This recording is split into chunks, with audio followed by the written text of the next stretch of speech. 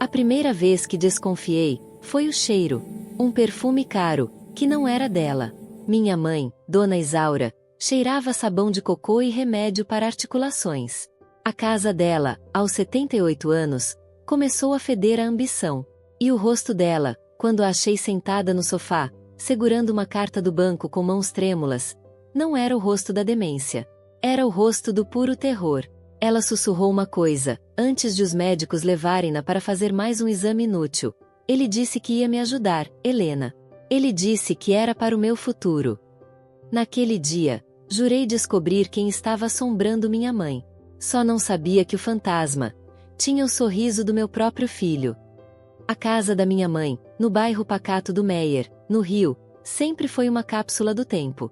Cheirava café coado no pano, bolo de fubá queimado nas bordas e aquele leve mofo dos livros antigos que meu pai, Godofredo, colecionava. Era o cheiro da minha infância, da segurança. Até que, numa quinta-feira qualquer, ao abrir a porta com minha chave de emergência, fui recebida por uma onda de algo doce e enjoativo. Paco Rabanne, ou algo parecido. Um cheiro de shopping center, de juventude com cartão de crédito. Mãe, chamei, sentindo um nó se formar no estômago. Está tudo bem? Encontrei-a na sala, sentada no sofá de veludo verde, ereta como uma estátua. Na mão direita, trêmula como uma folha no vento, ela segurava uma folha de papel.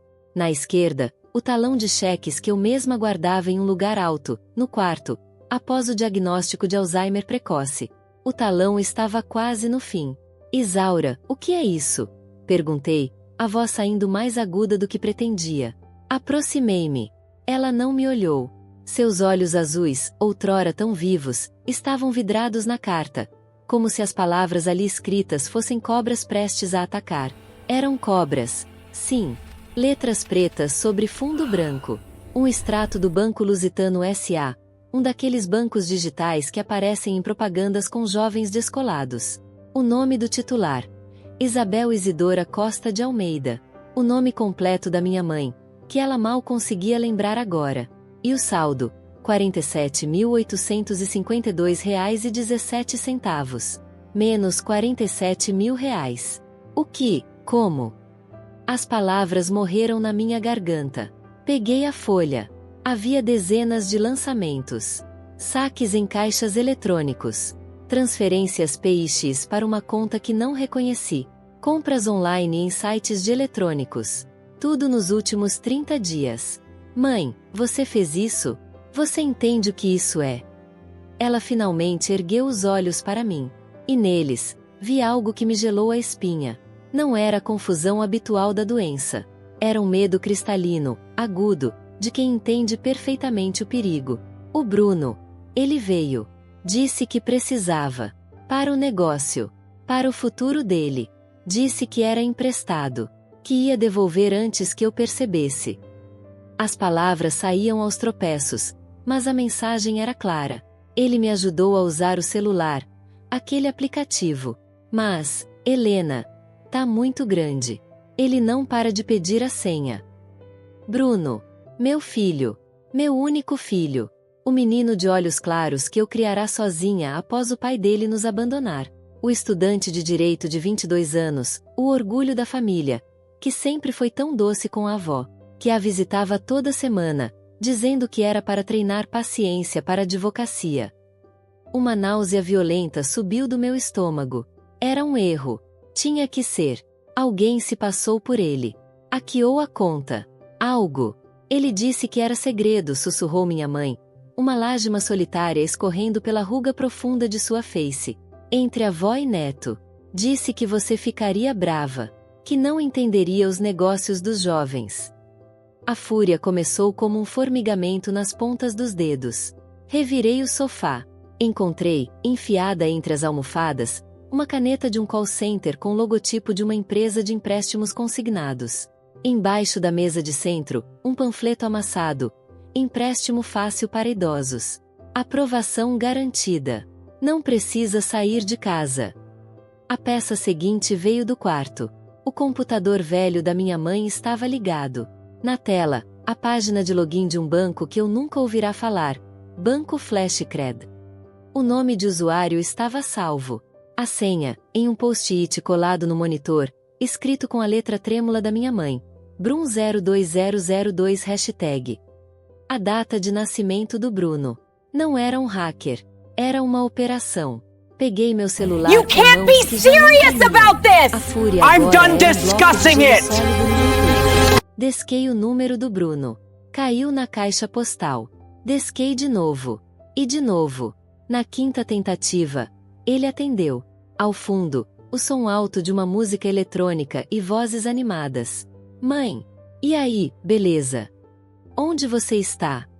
Minha voz era um fio cortante. Na casa do Rafael, estudando em grupo. O que houve? Você está mentindo. Estou na casa da vovó Isaura. Quero que você venha aqui. Agora. Houve uma pausa. A música baixou de volume. Agora não dá, mãe. Tá muito tarde.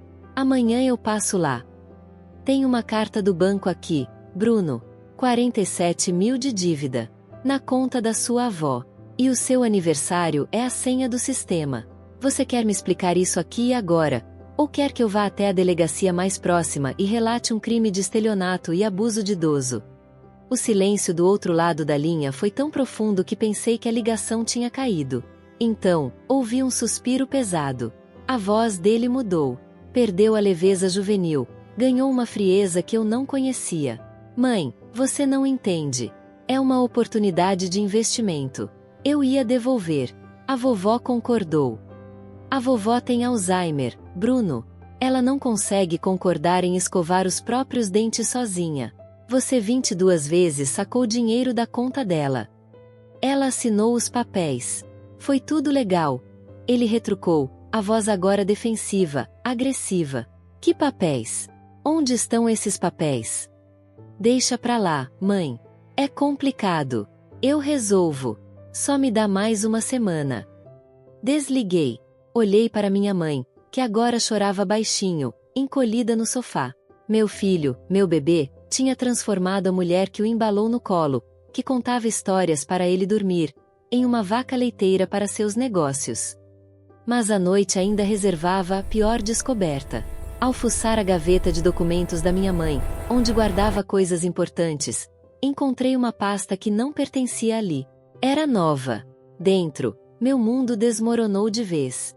Não era uma conta. Eram 14 contratos de empréstimo. De bancos diferentes, fintechs obscuras, cooperativas de crédito. Todos no nome de Dona Isaura. Todos assinados com uma assinatura trêmula, que poderia ser dela em um dia ruim.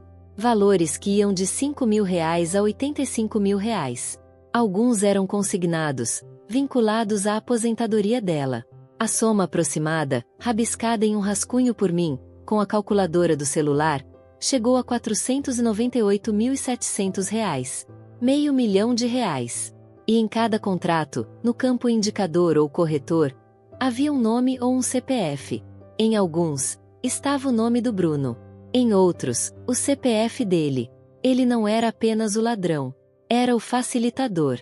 O corretor da própria avó. A última página era mais grotesca. Um contrato de consultoria financeira entre Dona Isaura e uma empresa chamada B-Venture Soluções Financeiras. O CNPJ, pesquisado rapidamente no celular, tinha menos de 3 meses. O sócio majoritário, Bruno Viana de Almeida. Meu filho. Ele não havia apenas roubado. Ele havia fundado uma empresa para roubar a avó de forma legal. Foi quando a porta da frente se abriu. Bruno entrou, pálido, os olhos vermelhos, mas vestindo uma camisa de grife que eu sabia custar mais do que meu salário de enfermeira de um mês. Onde está a vovó? Foi a primeira coisa que ele disse, sem nem me cumprimentar. Dormindo. Graças a Deus. Porque se ela visse você agora, Bruno, o coração dela não aguentaria. Eu vim resolver, mãe. Como eu disse. Ele tentou parecer controlado, mas sua mão tremia ao passar pelo cabelo curto. Resolver? R$ 500.000 em dívidas. Como você pretende resolver isso? Com que dinheiro? Eu tenho um plano. Um grande negócio. Criptomoedas. Eu só precisei de um capital inicial. A vovó ia ganhar uma parte dos lucros. É um investimento de alto retorno. É um golpe, Bruno. Um golpe contra sua própria família. Você está doente. Ele se aproximou, seu rosto bonito distorcido por uma raiva que me era estranha. Doente é você, mãe. Vivendo uma vida miserável, aceitando migalhas. A vovó tem um dinheiro parado que ela nem usa. Eu estou fazendo esse dinheiro trabalhar. É o futuro. Você é uma velha incapaz de enxergar as oportunidades. A palavra velha, vindo da boca dele, foi o tapa final. Eu, Helena, 48 anos, que trabalhei dobrado para dar a ele tudo, que abdicou de namoros, de viagens, de qualquer luxo para pagar a faculdade de direito particular. Era uma velha para o meu próprio filho. Você tem 24 horas, eu disse, minha voz tão fria que surpreendi a mim mesma, para devolver cada centavo a essa conta, para cancelar todos esses empréstimos, para dissolver essa empresa de fachada. Ou eu levo toda essa pasta para a polícia amanhã às 9 da manhã. E não vou pedir para ser branda com meu menino. Vou pedir para enquadrarem você em todos os artigos possíveis: estelionato, falsidade ideológica, fraude, abuso de idoso incapacitado. Ele riu. Um riso sem humor, forçado. Você não vai fazer isso, mãe. Sou seu único filho. Você vai me destruir? Arruinar minha vida? Minha carreira? Você já fez isso sozinho, Bruno. Agora, você vai consertar. E se eu não conseguir o dinheiro em 24 horas? Então, às 9h01, a Polícia Civil vai ter um novo caso. E a Faculdade de Direito vai ter um aluno expulso por crime de improbidade. Ele me encarou por um longo momento, como se tentasse ver se eu blefava. Meus olhos não pestanejaram. A mãe que o amava incondicionalmente havia se escondido atrás de uma mulher de aço, forjada na decepção mais profunda possível. Ele virou as costas e saiu, batendo a porta. Eu desabei. Chorei em silêncio, no chão da sala, agarrada àquela pasta de crimes, ouvindo a respiração irregular da minha mãe vindo do quarto. Mas eram lágrimas de luto. Luto pelo filho que eu achava que tinha. A mulher de aço não chorava. Ela planejava. Porque, no fundo, eu sabia. Ele não traria o dinheiro. E eu teria que cumprir minha promessa. A guerra dentro da minha própria carne e sangue havia começado. E eu, Helena, tinha que escolher entre ser mãe de um criminoso ou filha de uma vítima. E naquela noite, escolhi ser filha. As 24 horas se passaram como um pesadelo acelerado. Bruno não apareceu. Não ligou. Enviei mensagens que foram lidas e ignoradas. A única resposta foi um e-mail formal, enviado às 23h59, de um suposto advogado. Prezada senhora Helena, representando o senhor Bruno Viana, comunicamos que quaisquer alegações são infundadas. A senhora Isaura consentiu com todas as transações, conforme documentado. Qualquer ação judicial será contestada. Atenciosamente, Dr. Luciano Furtado. Era um blefe. Um advogado fantasma para uma empresa fantasma. Mas era o sinal de que ele não recuaria. Na manhã seguinte, com a pasta de documentos e minha mãe, agora ainda mais confusa e assustada, fui à delegacia. O desgosto no rosto do delegado idoso que nos atendeu, ao ouvir o resumo, era palpável. É sempre mais doloroso quando vem de dentro, ele murmurou, preenchendo o boletim de ocorrência. Os crimes listados foram vários: estelionato, artigo 171. Falsidade ideológica, artigo 299. Fraude, artigo 171, 4 graus. E o mais pesado, que fez meu coração gelar: maus tratos contra idoso, artigo 99 do Estatuto do Idoso. Crime inafiançável. A investigação começou devagar. Os policiais foram à casa da minha mãe colher impressões digitais. As dele estavam por toda parte, é claro. Enviaram ofícios aos bancos. Mas o sistema é lento. Enquanto isso, os juros das dívidas cresciam. Os bancos começaram a ligar para o número da minha mãe. Ameaçadores. Tive que mudar o número dela, assumir as ligações. Expliquei que era um golpe, que ela era incapaz. Alguns bancos foram compreensivos, outros, burocráticos e cruéis. O contrato está assinado, senhora. A dívida é dela. A pressão financeira começava a me esmagar. Meu salário de enfermeira não cobria nem os juros. Foi quando decidi atacar o problema pela raiz, expor a teia. Criei um perfil anônimo no Twitter e no Instagram. @Neto não pagou. Comecei a postar, sem citar nomes, a história. Idosa com Alzheimer tem meio milhão roubado por familiar. Publiquei fotos dos contratos, com os dados sensíveis borrados, os valores absurdos, os nomes dos bancos que emprestam sem verificar a capacidade. Usei hashtags. Hashtag Justiça para Isaura, hashtag Idosonamebanco, hashtag Fraude Financeira Familiar. A reação foi um tsunami. A história, por ser tão repugnante e comum, tocou as pessoas. Foi compartilhada milhares de vezes. Jornalistas de pequenos portais começaram a me procurar. Aceitei dar uma entrevista, com o rosto escondido e a voz distorcida. A reportagem saiu. Neto aplica golpe do empréstimo em avó com Alzheimer e acumula dívida de R$500 mil. O estrondo familiar foi imediato. Meu telefone explodiu. Parentes distantes, amigos, conhecidos. A maioria era de apoio. Mas a ligação que mais doeu foi da minha irmã, Carla, que morava em São Paulo. Helena, pelo amor de Deus, o que você está fazendo? Expôs a família. O Bruno é um menino, errou. A gente resolve internamente. Internamente como, Carla? Ele tem uma empresa para aplicar o golpe. Ele chamou a avó de investidora. Isso é um menino que errou? Ele está desesperado. Ele veio me pedir dinheiro semana passada, falando que você estava acabando com a vida dele. E você deu? Claro que não. Mas também não ia sair por aí difamando ele. É seu filho, Helena. Sangue do seu sangue. E a mãe não é? Sangue do sangue dela? A quem você deve lealdade, Carla? À verdade ou ao sobrenome? Ela desligou na minha cara. Meu ex-marido, o pai do Bruno, que não dava notícias há anos, mandou uma mensagem irada. Você sempre foi dramática. Agora tá destruindo o futuro do nosso filho por causa de dinheiro. A velha nem deve entender o que tá acontecendo. Cada palavra era um prego no caixão da minha ideia de família. O mundo deles girava em torno de proteger o predador, não a presa. Porque o predador era jovem, tinha futuro. A presa era velha, doente, já estava com um pé na cova. A lógica perversa do abandono. Bruno, encurralado pela exposição, fez sua jogada. Entrou com um pedido de medida protetiva contra mim, alegando que eu estava perseguindo e difamando nas redes sociais, causando danos à sua imagem e à sua empresa. A audiência foi marcada. No tribunal, vê-lo foi um choque. Ele estava irreconhecível, vestido em um terno barato, mas carregando uma pasta de couro caríssima. Tinha um ar cansado, cíclico, mas seus olhos, quando pousaram em mim, eram de puro ódio. Não era mais meu filho. Era um adversário.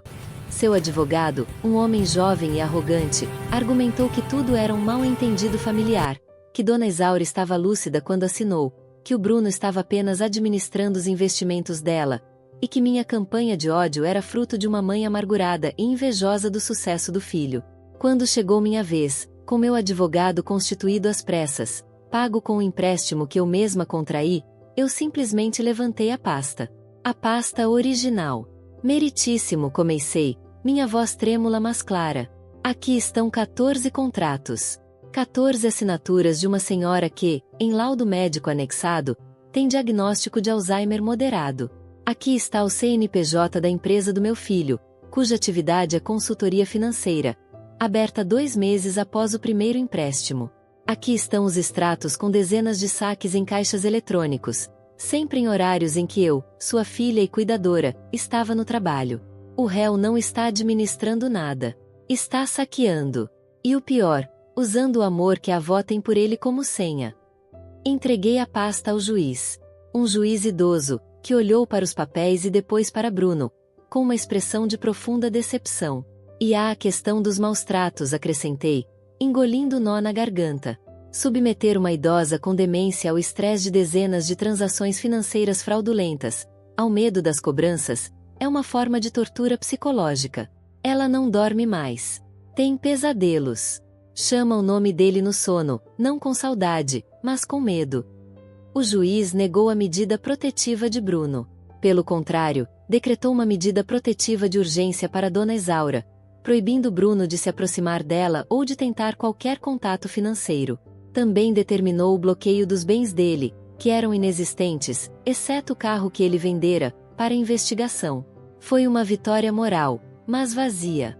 A dívida continuava lá. E a família estava agora dividida em dois campos. O meu, minha mãe e eu, mais alguns poucos apoiadores, e o dele, o resto da família, que me via como a louca vingativa que preferiu a polícia ao diálogo. O golpe final veio 2 semanas depois. Recebi uma intimação.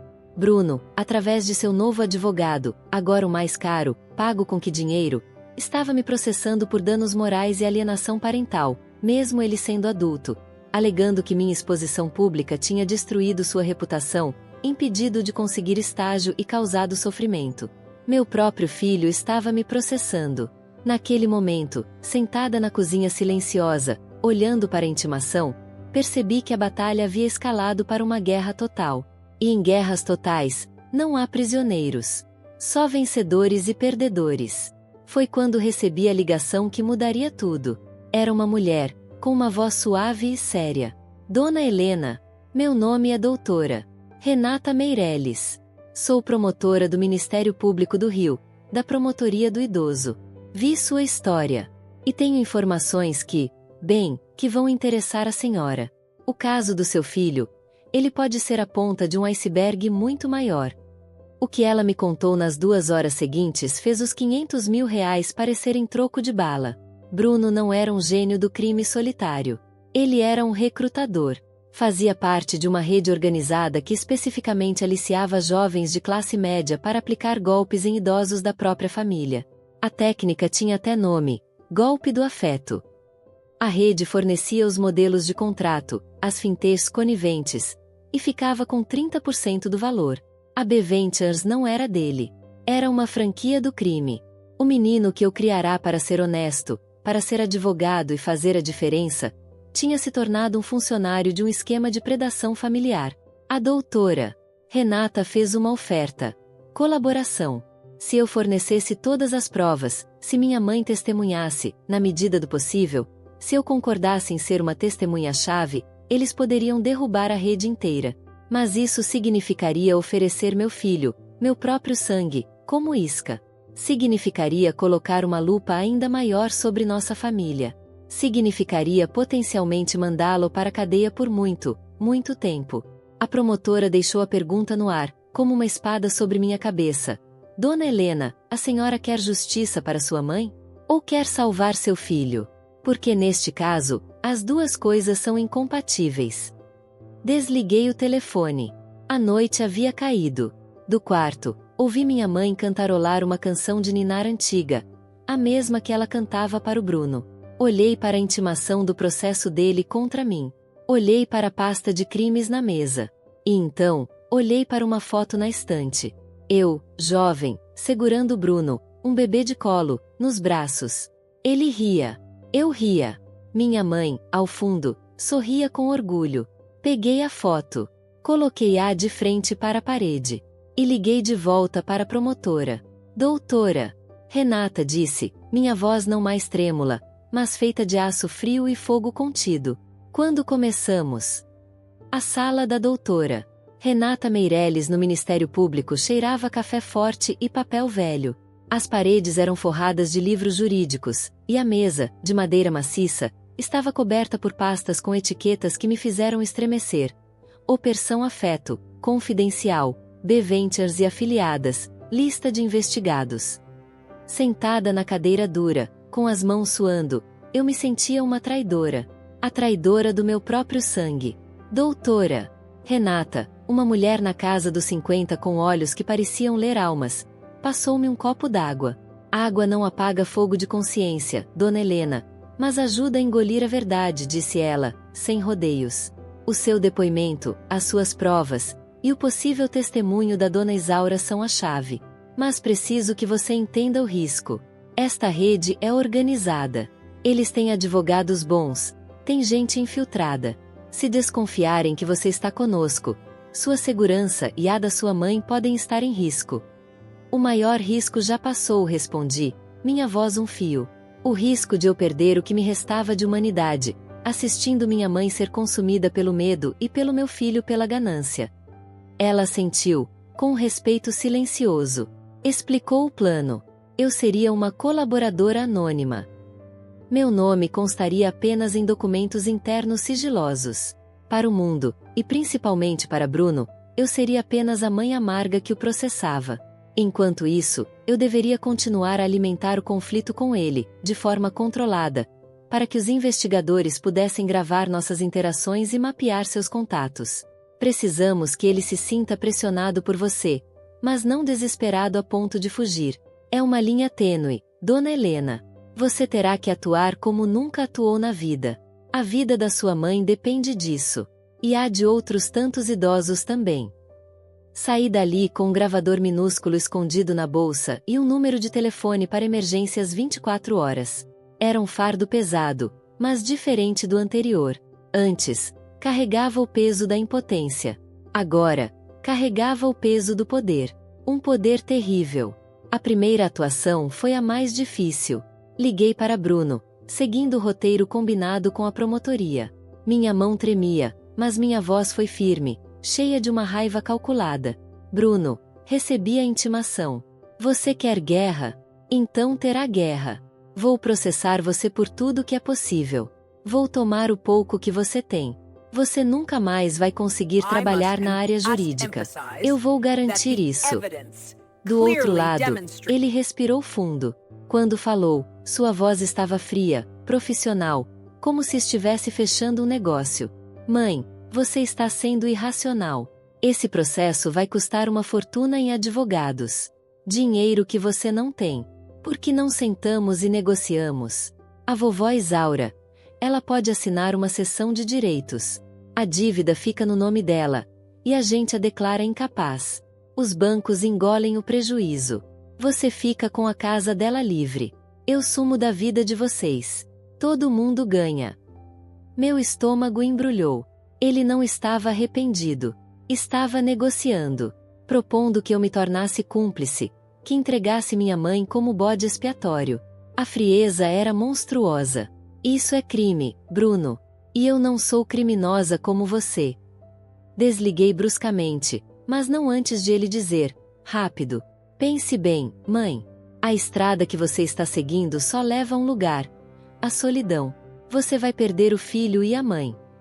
A ameaça velada estava lançada. A promotoria ouviria a gravação. Para eles, era ouro. Para mim, era o som da morte do meu próprio coração. Os dias se tornaram um jogo de xadrez perverso.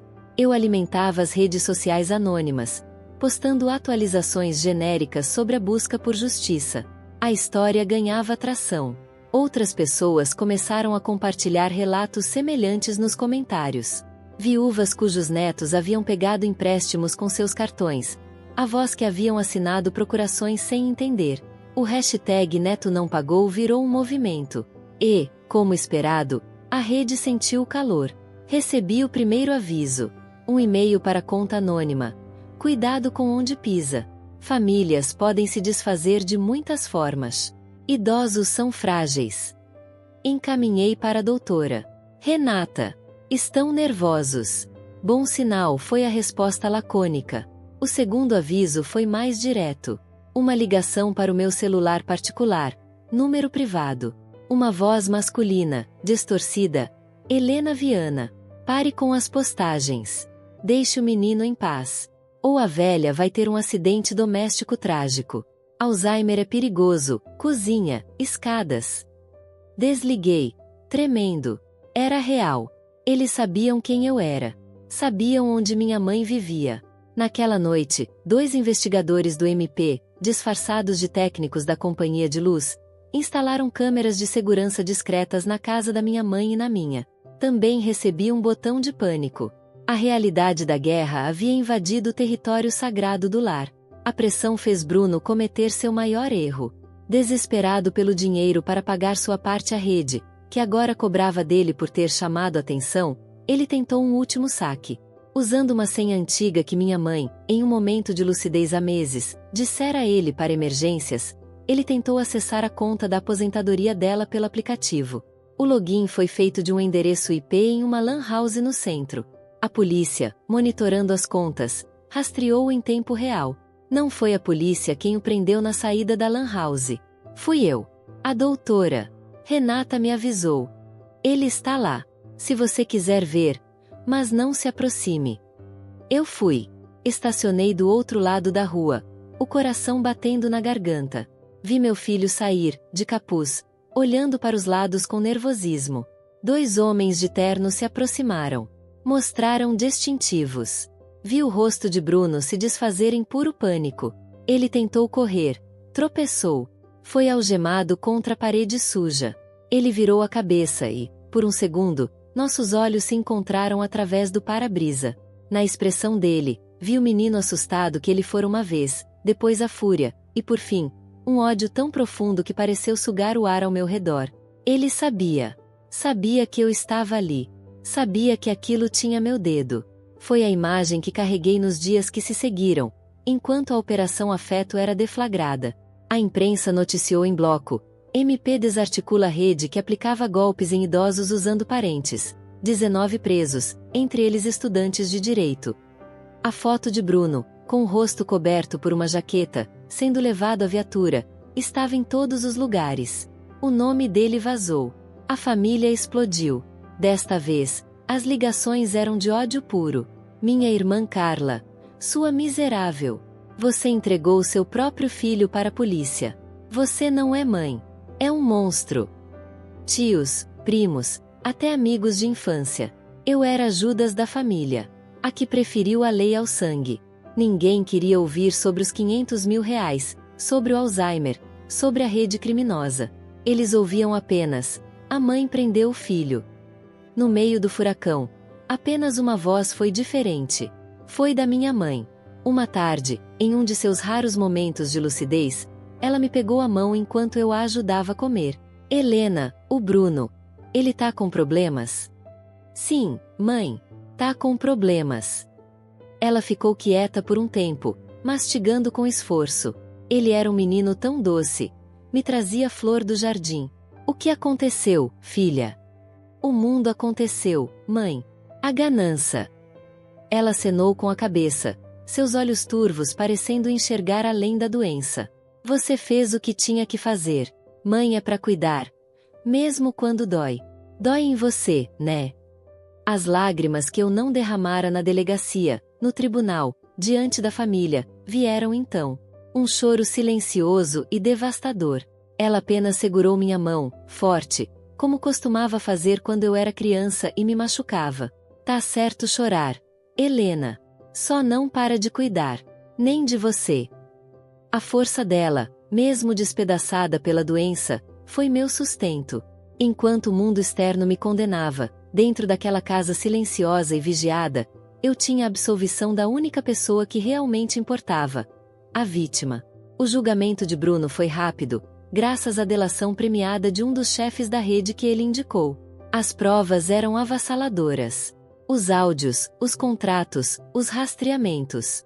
Seu advogado tentou argumentar coação moral pela mãe, mas a promotora doutora Renata foi impiedosa. Mostrou as fotos da minha mãe confusa, os extratos, os e-mails ameaçadores da rede. O réu não é um menino enganado, ela discursou, sua voz ecoando na sala. É um predador que escolheu a presa mais fácil, o coração da avó que o amava. Ele transformou o amor em senha bancária, confiança em contrato de inadimplência. E a única pessoa aqui que agiu com amor verdadeiro foi a que teve a coragem de enfrentar o próprio sangue para proteger aquele que não podia se proteger. Bruno foi condenado. Não aos 20 anos que a promotoria pedia, mas a 8 anos de reclusão, por estelionato qualificado, falsidade ideológica, fraude e maus-tratos a idoso. Seria cumprido inicialmente em regime fechado. Na hora da sentença, ele se virou para mim no tribunal. Não disse nada. Mas seus lábios formaram 2 palavras, silenciosas, que eu li perfeitamente. Te odeio. Eu apenas acenei com a cabeça, tão imperceptivelmente quanto ele. Era o fim. O fim da minha vida como mãe dele. O luto era real, físico, uma dor no peito que nunca mais iria embora completamente. Os meses seguintes foram de reconstrução silenciosa. Com a ajuda do MP, consegui anular a maioria das dívidas, alegando vício de consentimento devido à incapacidade. A casa da minha mãe estava salva. A pressão pública fez os bancos criarem protocolos mais rígidos para empréstimos a idosos. O caso virou precedente. Uma tarde, chegou uma carta no correio. Sem remetente. Era de Bruno, escrita da prisão. Mãe, escrevo isso não para pedir perdão, porque não sei se me arrependo. Sei que te magoei. Mas você também me magoou. Você me mostrou um mundo cruel, e quando eu virei cruel, você me prendeu por isso. Você escolheu ela. Sempre escolheu todo mundo menos a mim. O pai nos abandonou, e você ficou. Mas para ficar para ela, para o trabalho, para o mundo. Eu sempre fiquei em segundo lugar. O dinheiro. Era para eu virar alguém. Para você finalmente me ver em primeiro. Burrice, né? Não quero te ver. Nunca mais. Não é você quem perdeu um filho. Fui eu que perdi uma mãe muito antes disso tudo. Bruno. Dobrei a carta com mãos cuidadosas. Não chorei. A dor agora era um companheiro silencioso, assimilado. Ele tinha razão em uma coisa. Eu o havia perdido muito antes. Perdi-o quando deixei que a luta pela sobrevivência nos afastasse. Perdi-o quando não soube ver a ferida que a ausência do pai e a minha fadiga tinham aberto nele. Mas ele também estava errado. Errado em achar que o crime era uma resposta. Errado em achar que destruir a avó me faria vê-lo. Guardei a carta na mesma gaveta onde guardava a pasta dos crimes. Dois lados da mesma tragédia. A história poderia terminar aqui, com a justiça feita e um coração partido. Mas a vida, especialmente após os 50, raramente tem finais limpos.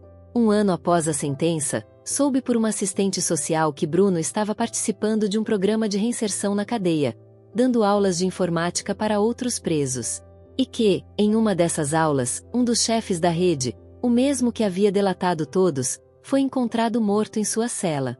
Suicídio, disseram. Mas os sussurros entre os guardas falavam de uma justiça interna por ter caguetado. Bruno não estava envolvido, mas o medo o alcançara até lá. E então, num domingo tranquilo, enquanto ajudava minha mãe a tomar sol na varanda, ela, em um clarão de lucidez que parecia um milagre, olhou para mim e disse: Helena, você fez o certo. Mas ele ainda é seu menino. Sangue não vira água, mesmo sujo. Mãe, ele me odeia. Disse que não quer me ver. Ódio é o amor que não achou saída, ela disse, com uma sabedoria que transcendia a doença. Você não precisa perdoar o que ele fez. Mas talvez um dia, você possa entender o menino perdido que fez aquilo. E isso já é um começo. Ela fechou os olhos, adormecendo ao sol. Fiquei olhando para ela, para as mãos envelhecidas, para o rosto marcado por uma vida inteira. E entendi que a história não era sobre vitória ou derrota. Era sobre sobrevivência. A dela. A minha. Até, de alguma forma trágica, a dele. Eu não o visitaria. Não tão cedo. O perdão era uma ponte longe demais para ser atravessada agora. Mas a carta, eu não rasguei. E o botão de pânico, ainda estava na minha bolsa. Não por medo dele, mas por lembrar do preço que se paga quando o amor familiar vira moeda de troca. E a justiça, uma faca que corta os dois lados. A dívida de R$ 500.000 havia sido anulada. Mas a outra dívida, a de sangue, de confiança quebrada, de futuro roubado, essa ainda estava sendo paga. Por ele atrás das grades. Por mim, em silêncio, cuidando da mulher que nos uniu e nos separou para sempre. E talvez, só talvez, um dia distante, o pagamento fosse a paz. Mas não hoje. Hoje, era apenas o sol na varanda, a mão da minha mãe na minha, e o silêncio pesado de uma casa que, apesar de tudo, ainda estava de pé.